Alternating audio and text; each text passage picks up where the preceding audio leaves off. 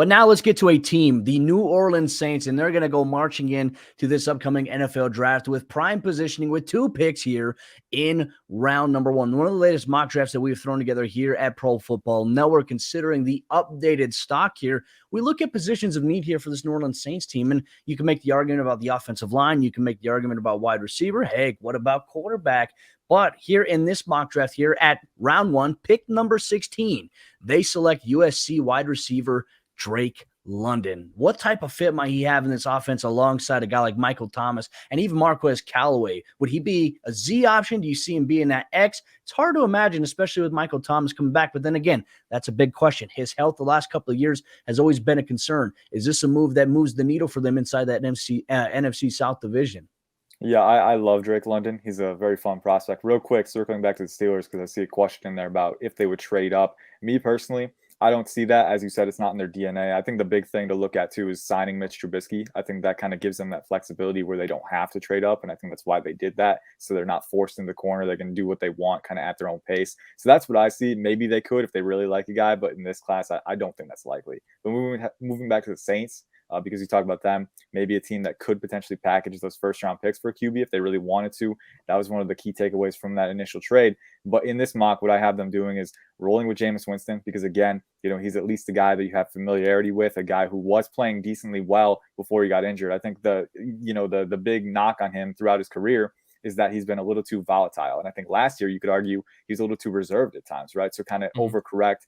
I would love to see him get that weapon and get that comfort. I think, at the end of the day, the question you need to ask yourself if you're the Saints, does this quarterback class give you something better than Jameis Winston? And at this point, it's not a definitive yes for me, which is why I'm keeping these picks and rolling with Winston, seeing what we can get. Obviously, Drake London, I think, is a very good fit for this offense. I know the comp has been made at times to Mike Evans. I don't quite see that, but I do see a similar impact for him in that he has the size. He's got the athleticism. The contested catch ability is great. Very, very instinctive, really strong hands. He can box out guys and rise up to the ball. But at the same time, he provides some finesse too. He's got those lateral cuts after the catch. He's a physical finisher. He really does a good job of kind of churning through contact. And he's got efficient footwork. He's got enough hip sync to separate on those slants. So I'm a big fan of what he has to offer, especially as a route runner. I was really impressed with what he offered in that department for his size. I think you're looking at a boundary threat who can kind of stress the defense and make plays on his own, even double covered. He's got that ability. So I think especially for Jameis Winston,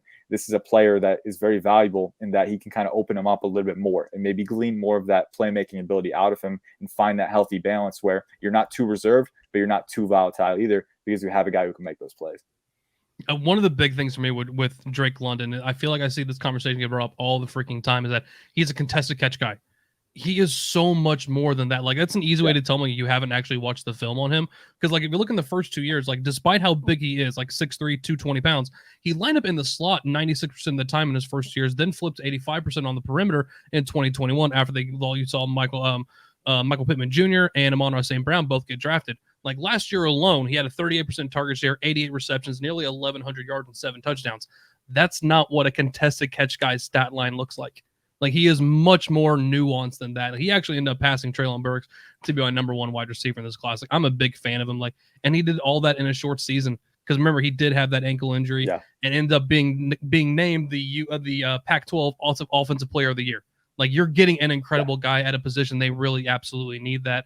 And then so you have them also, like you said, not moving on from Jameis. Staying here with Jameis, not moving off any of these picks. So about 3 picks later, they come in here and they really want to increase one of their strengths, which is the defensive line. Sitting here at pick 19, Jordan Davis, the defensive tackle out of Georgia. Obviously, we all know how good Jordan Davis can be. Tell me how great this is to pair alongside with Cam Jordan on this defensive front. Yeah, for sure. It's an interesting fit. I'll say that. I think you need to use them correctly. But, I wanted to go tackle with one of these picks, but the board didn't fall very well at that position. Ikem Ekwonu, Evan Neal, Trevor Penning, and Charles Cross all went in the top 10 in this mock. So going pretty early. The next best guy on my board is Tyler Smith. Well, I love the prospect. I don't think he's quite worth a round 1 pick. Too early. Now, the good thing is they got him anyway, right? But still, looking at the mock and looking at what they have here, I think Jordan Davis was the better value equation. I think he was the best player on the board.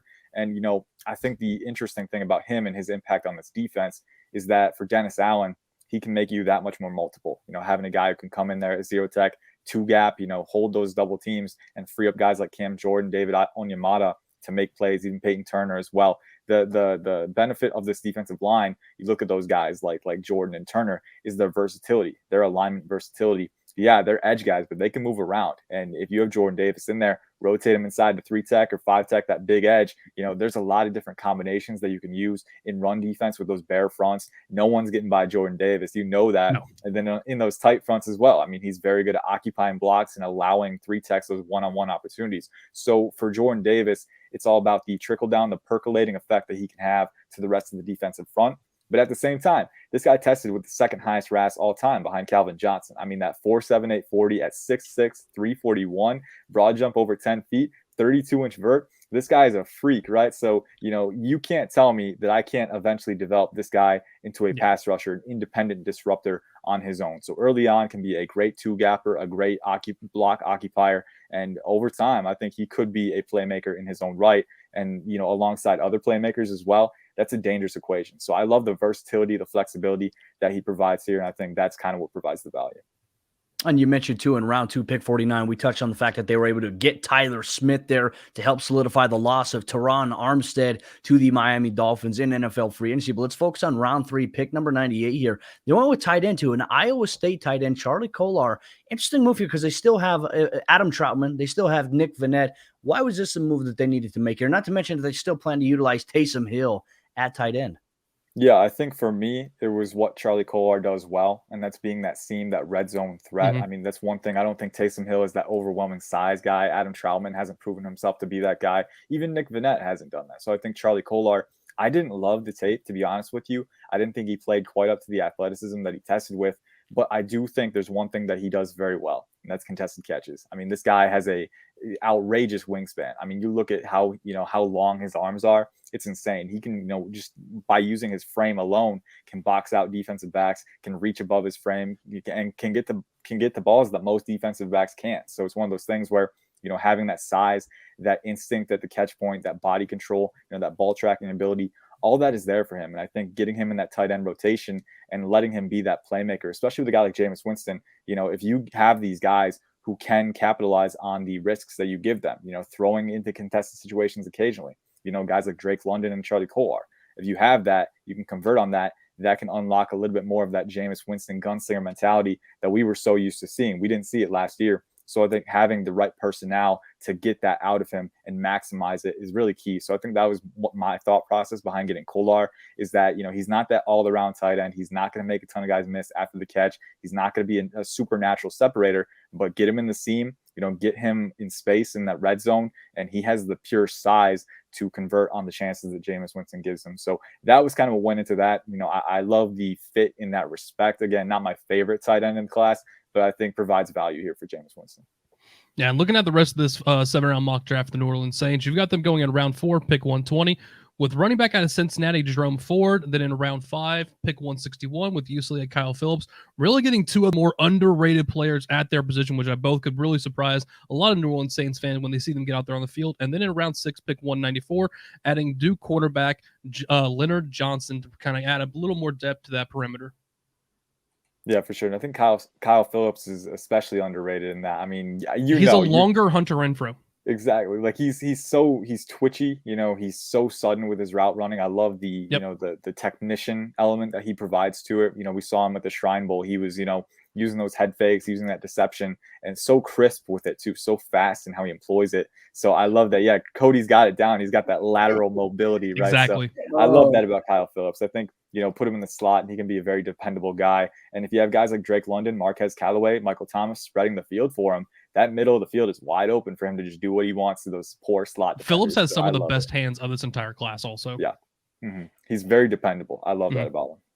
Well, Ian Cummings, thank you so much for dropping by and giving us some knowledge on the latest mock drafts conducted at Pro Football Network. If you want to run a mock draft of your own, and we highly encourage you to do so, go to profootballnetwork.com/mock draft, run a mock draft, and then share us the results that you got by tweeting us at PFN 365, hashtag PFN Daily. List your team mock as well. Thank you so much for giving your insight here as well. And obviously, if you want to hear a little bit more about what Ian has to say, you can check out he and Ollie Hodgkinson. It's his birthday today, so happy birthday there, Ollie. I messaged him and he said, "It's your birthday today?" I'm like, "What do you mean?" He's like, "You said GOAT," because I'm like, "Happy birthday, GOAT." And he said, "That's you." I'm like, "Stop it, Ollie." And he's like, "You look yourself in the mirror?" I'm like, "Okay, happy birthday, man. Enjoy your day." But Ollie and Ian do a fantastic job. The premier NFL Draft podcast, free and available everywhere you get your podcasts in audio format. They have you covered leading up to the NFL Draft. Ian, I appreciate you, my friend, for stopping in. Hope you have a great weekend, my man.